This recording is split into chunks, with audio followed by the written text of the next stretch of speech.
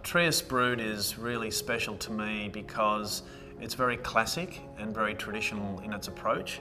Because it's made in a very traditional style, not only does it do well in the local show circuits, but it does well internationally as well. It's a gold medal winner at pretty much every competition we enter it in. Even the World Sparkling Wine Championships in London recently, we achieved a gold medal over there against the best in the world. The Wine Align Canadian Wine Awards is a national awards that we've done very well.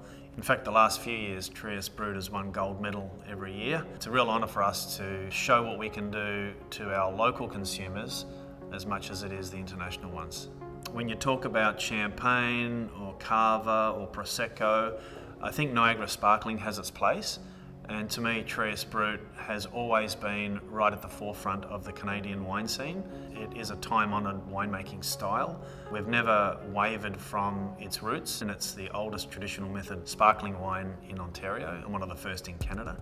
In the last few years, I've seen a real boom in sparkling wine. I think it's because it's a wine that appeals to everyone for every occasion. At Trius, we make our sparkling in the traditional method, which is the same way they make sparkling wine in Champagne. The average age of the wine upon release is about 3.5 years, aged on lees for 2 years, and then further aged downstairs in the cell. So we've done a lot of the aging for you, and the good news is with Trius is that it's very consistent year after year. When you make a wine that's non-vintage, you know you're going to get the same bottle today as you did last year. So when you open a bottle of Trius Brut, you're going to see that complexity and finesse that you would see in finer wines, but you're also going to see that Niagara freshness as well.